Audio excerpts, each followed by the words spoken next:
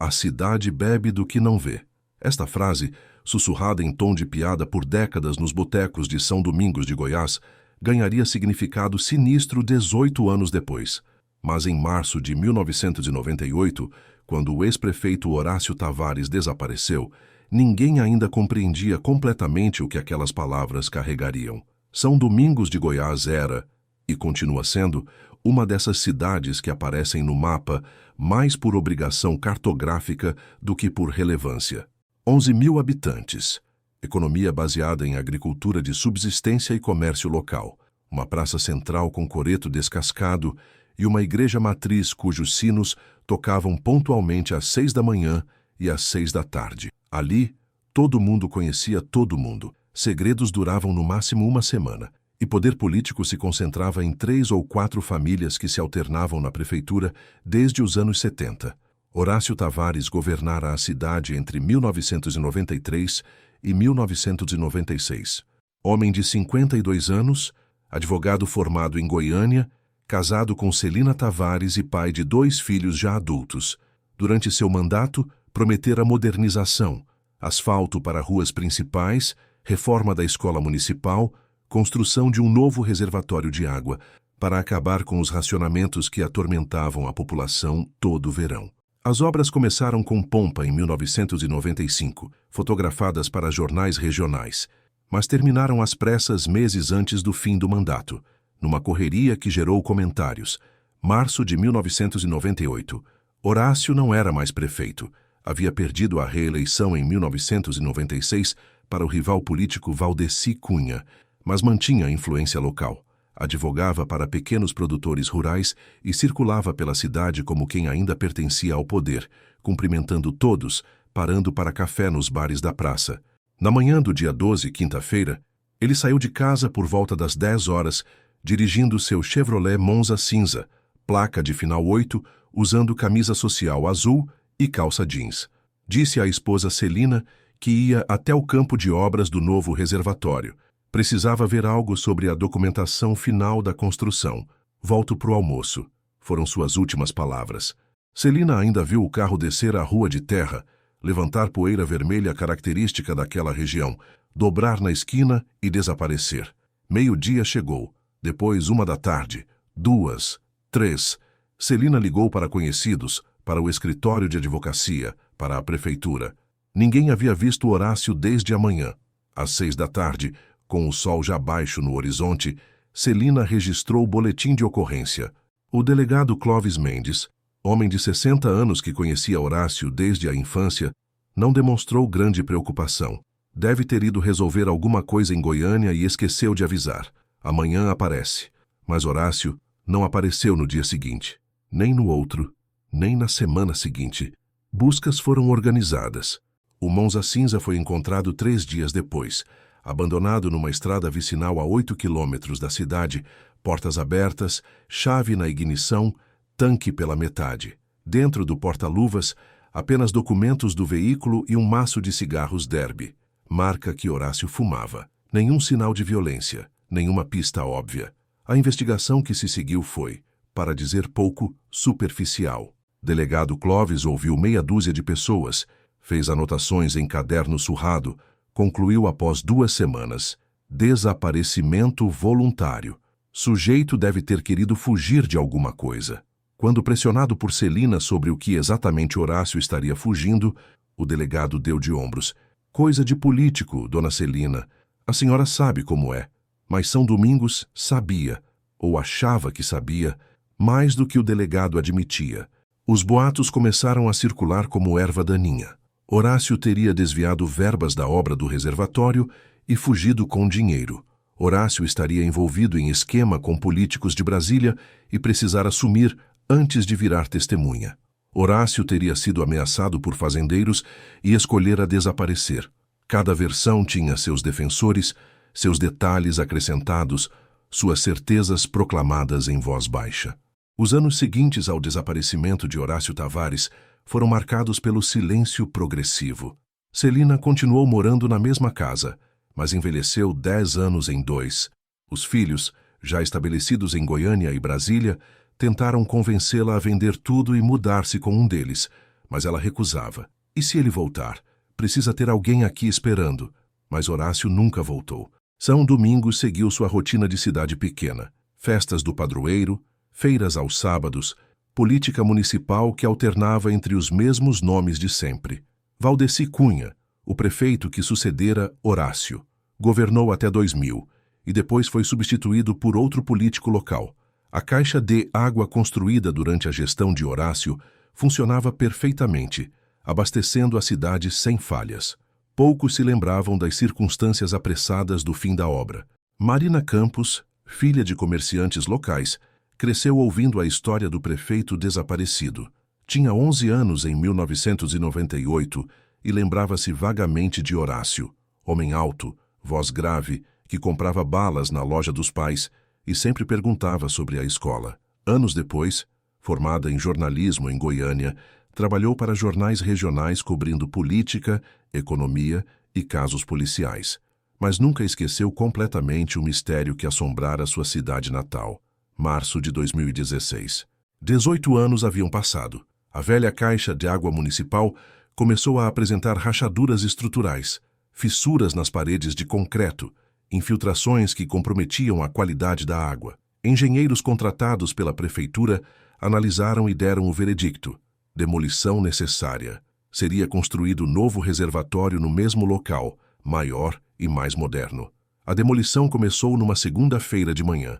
Operários da construtora Rocha & Filho, vencedora da licitação, posicionaram retroescavadeira e começaram a derrubar as paredes externas. Toneladas de concreto caíam, levantando nuvens de poeira que cobriam tudo num raio de 50 metros. Foi assim, entre os escombros do terceiro dia de trabalho, que Josué Almeida, operário de 28 anos, encontrou algo estranho. «Chefe, tem uma coisa aqui», gritou ele, desligando a máquina. No meio do entulho, parcialmente exposto pela queda de uma parede interna, havia objeto metálico incrustado no concreto. Parecia cofre pequeno, coberto de ferrugem alaranjada e camadas de material aderido. O engenheiro responsável, Tadeu Brandão, aproximou-se para examinar. Isso estava dentro da estrutura? Alguém lacrou isso quando construíram. Decidiram extrair o cofre cuidadosamente. Levou 3 horas de trabalho com ferramentas manuais para libertá-lo completamente do concreto. O objeto media cerca de 40 centímetros de largura por 30 de altura, pesava aproximadamente 15 quilos e estava fechado com cadeado enferrujado que cedeu facilmente a uma pancada de marreta. Dentro do cofre, protegidos por saco plástico que sobrevivera 18 anos, havia documentos da prefeitura datados de 1997, uma fita cassete com etiqueta manuscrita dizendo H.T.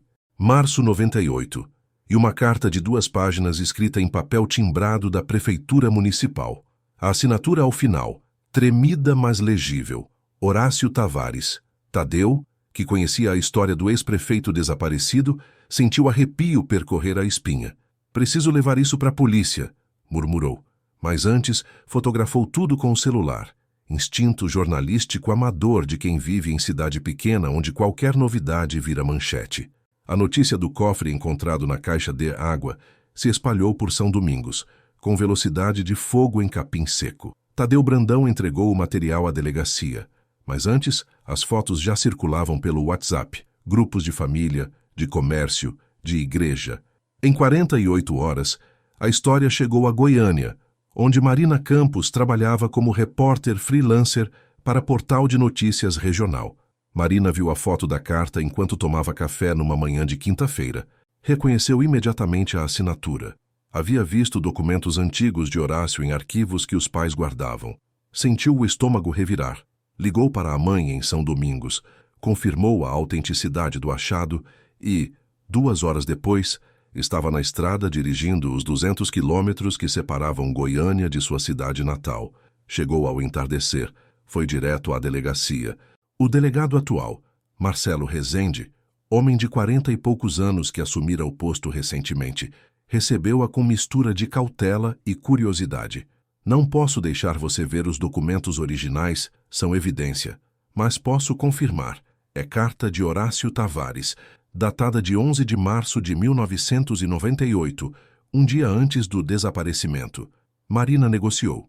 Prometeu fazer matéria responsável, sem sensacionalismo, desde que pudesse ouvir pelo menos trechos da fita cassete. Rezende hesitou, mas acabou concordando. Afinal, caso estava arquivado há 18 anos, nova atenção poderia trazer pistas. Levaram Marina para a sala reservada, colocaram fita num gravador emprestado de rádio local e apertaram play. Estática primeiro. Depois voz masculina reconhecível por quem conhecera Horácio, mas diferente, trêmula, carregada de medo.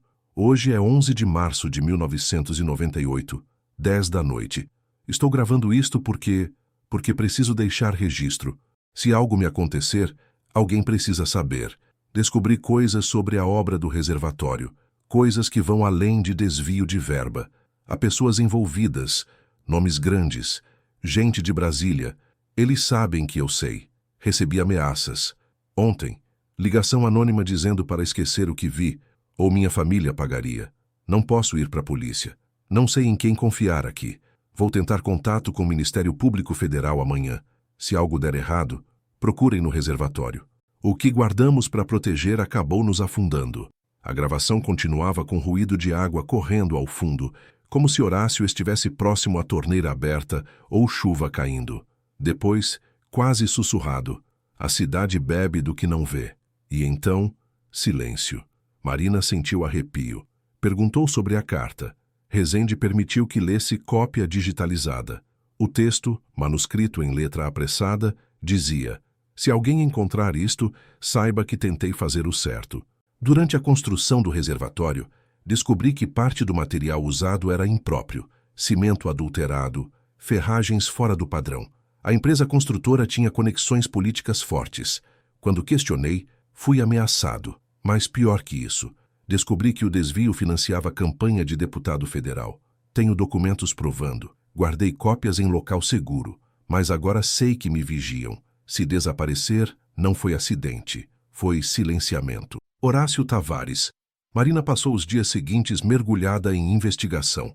Entrevistou ex-funcionários da prefeitura, ex-vereadores, moradores antigos. Um nome se repetia: Geraldo Peixoto, engenheiro responsável pela obra do reservatório. Encontrou-o numa chácara nos arredores da cidade, homem de 70 anos, aposentado, que inicialmente negou-se a falar, mas Marina insistiu, apelou para a memória de Horácio, prometeu discrição.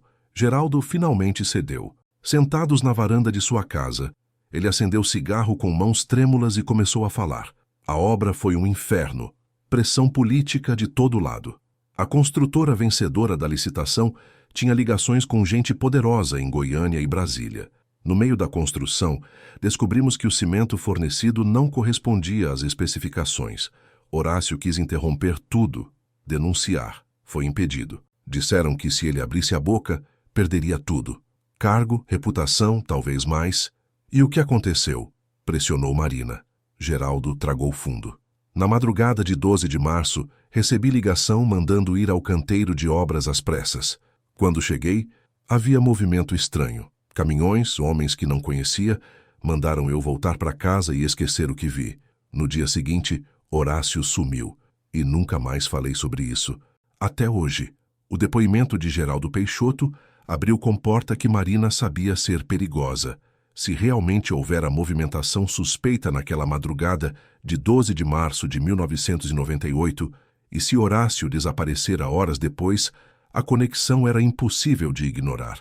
Mas provar algo 18 anos depois, com testemunhas envelhecidas e memórias fragmentadas, era como tentar reconstruir espelho quebrado. As peças existiam, mas jamais se encaixariam perfeitamente. Marina publicou primeira matéria no portal para o qual trabalhava. Cofre encontrado em caixa de água traz carta de ex-prefeito desaparecido há 18 anos. A repercussão foi imediata. Compartilhamentos, comentários, teorias conspiratórias. Emissoras de TV de Goiânia enviaram equipes para São Domingos. O caso que a cidade enterrara sob rotina e esquecimento ressurgia como fantasma inconveniente. O Ministério Público Estadual decidiu reabrir investigação. Promotor Fábio Augusto, jovem de 36 anos recém-designado para a comarca, assumiu o caso com seriedade que delegado Clóvis jamais demonstrara em 1998. Requisitou documentos antigos, analisou fita cassete, solicitou perícia forense no cofre e nos papéis encontrados. A perícia confirmou: o cofre fora embutido na estrutura da caixa de água durante a construção ou imediatamente após. A análise da ferrugem e do concreto aderido indicava que estivera ali por pelo menos 15 anos, compatível com 1998. A carta era autêntica, escrita por Horácio Tavares. A fita cassete, embora deteriorada, foi restaurada digitalmente, revelando trechos antes inaudíveis. Num desses trechos, após menção ao deputado federal, Horácio citava nome: Ricardo Viana. Ele é o elo. Coordenou o desvio. Usou dinheiro para a campanha de 1998. Tenho recibos falsos, notas fiscais adulteradas, tudo guardado. Marina pesquisou. Ricardo Viana fora deputado federal entre 1995 e 2003, cassado posteriormente por quebra de decoro parlamentar em caso não relacionado. Morrera em 2009, vítima de infarto. Mas havia outros nomes nos documentos encontrados no cofre. Contratos assinados por empresa de construção que não existia mais.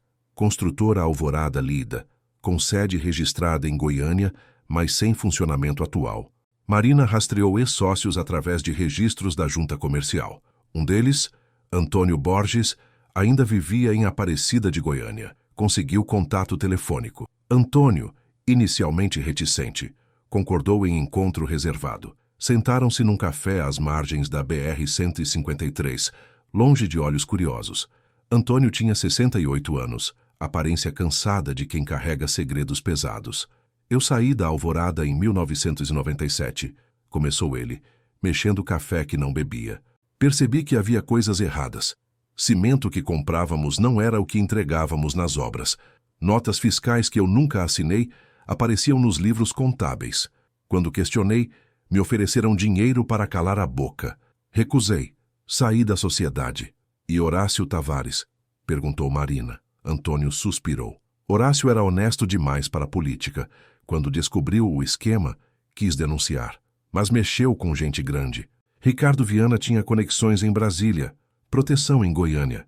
Naquela época, denunciar político poderoso em cidade pequena era sentença. Horácio devia saber disso, mas foi em frente mesmo assim. Marina pressionou. Você acha que ele foi morto? Antônio olhou diretamente nos olhos dela. Eu não acho. Eu sei. Ninguém desaparece daquele jeito, deixando o carro na estrada, sem levar nada. Foi eliminado. E a cidade toda fingiu não ver, porque era mais fácil acreditar que ele fugiu. A reportagem de Marina ganhou dimensão nacional. Portal G1 republicou. Programas de rádio comentaram. Até documentarista de São Paulo entrou em contato oferecendo produzir episódio especial. Mas o que realmente mudou o rumo da investigação foi testemunho inesperado que surgiu 3 semanas após a primeira matéria.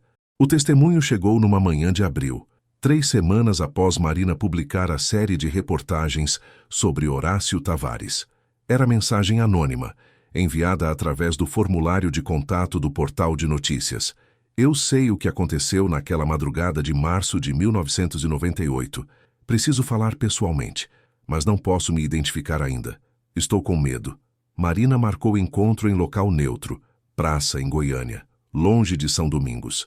Quem apareceu foi homem de 50 e poucos anos, magro, olhar nervoso. Identificou-se apenas como Roberto. Disse ter sido funcionário da construtora Alvorada em 1998, operário de obras. Eu estava lá naquela noite, começou ele, acendendo cigarro com mãos tremendo. Recebi ligação às 2 da manhã, mandando ir até o canteiro de obras do reservatório. Quando cheguei, tinha movimento de gente importante, carros sem placa. E vi quando trouxeram o corpo. Marina sentiu o sangue gelar. Corpo de quem? Do prefeito Horácio Tavares. Estava morto. Disseram que ele teve acidente, que caiu dentro da estrutura em construção. Mas eu vi marcas no pescoço, sangue. Aquilo não era acidente. Mandaram a gente concretar tudo naquela mesma madrugada, sem perguntas. Pagaram extra, ameaçaram quem falasse. Fiquei calado 18 anos. Mas depois de ver sua reportagem, não consigo mais dormir. O depoimento de Roberto foi encaminhado ao Ministério Público. Nova perícia foi ordenada. Desta vez, no local onde a antiga caixa de água estava sendo substituída. Escavações cuidadosas começaram, e em 28 de abril de 2016, às 16h30, encontraram restos mortais humanos enterrados sob 3 metros de concreto, exatamente onde ficava a base estrutural do antigo reservatório. Análise de DNA confirmou: eram os restos de Horácio Tavares. Laudo pericial identificou fraturas no crânio compatíveis com traumatismo, vértebras cervicais deslocadas, sugerindo estrangulamento. A causa da morte foi classificada como homicídio. 18 anos depois, finalmente havia corpo, havia prova, havia crime, mas identificar assassinos 18 anos depois é exercício de justiça imperfeita. Ricardo Viana estava morto. A construtora Alvorada não existia mais. Muitos dos envolvidos já haviam falecido ou desaparecido. Apenas 3 pessoas foram formalmente indiciadas: 2 ex-seguranças da construtora, agora idosos, e um ex-vereador que teria participado do acobertamento. Os julgamentos se arrastaram por anos, resultando em condenações parciais e penas brandas devido ao tempo decorrido. Celina Tavares, viúva de Horácio, finalmente pode enterrar o marido num túmulo de verdade no cemitério municipal de São Domingos. A cerimônia reuniu centenas de pessoas, muitas que na época do desaparecimento preferiram silenciar, agora chorando culpa e remorso. A cidade sempre soube, disse Dona Cida, da Venda, em entrevista para documentário que Marina produziu posteriormente. Mas saber e falar são coisas diferentes. Aqui a gente aprendeu a engolir verdades com água. O novo reservatório foi construído no mesmo local, ironia que não passou despercebida pelos moradores. Durante meses após a descoberta, ninguém quis beber água da cidade, preferindo comprar galões. Mas a memória é curta e a rotina volta. Hoje, São Domingos consome água do novo sistema sem questionar, como sempre fez. Marina Campos ganhou o prêmio de jornalismo investigativo regional pela cobertura do caso, mas diz que o reconhecimento importa menos do que finalmente ter dado voz a Horácio. Ele tentou fazer o certo e foi silenciado. 18 anos depois, conseguimos ao menos fazer com que sua história fosse ouvida. A caixa de água antiga foi demolida completamente, seus escombros levados para aterro industrial. Mas moradores mais velhos, aqueles que lembram, dizem que nas madrugadas muito silenciosas ainda se ouve som estranho vindo da direção do novo reservatório, como água correndo em lugar que não deveria, ou passos ecoando em estrutura oca. Superstição, dizem uns. Culpa coletiva, dizem outros. Na lápide de Horácio, Celina mandou gravar frase que ele costumava repetir em vida: a verdade, mesmo enterrada, sempre encontra caminho para a superfície. E embaixo, acrescentou: a cidade bebeu do que não viu, mas agora, finalmente, sabe.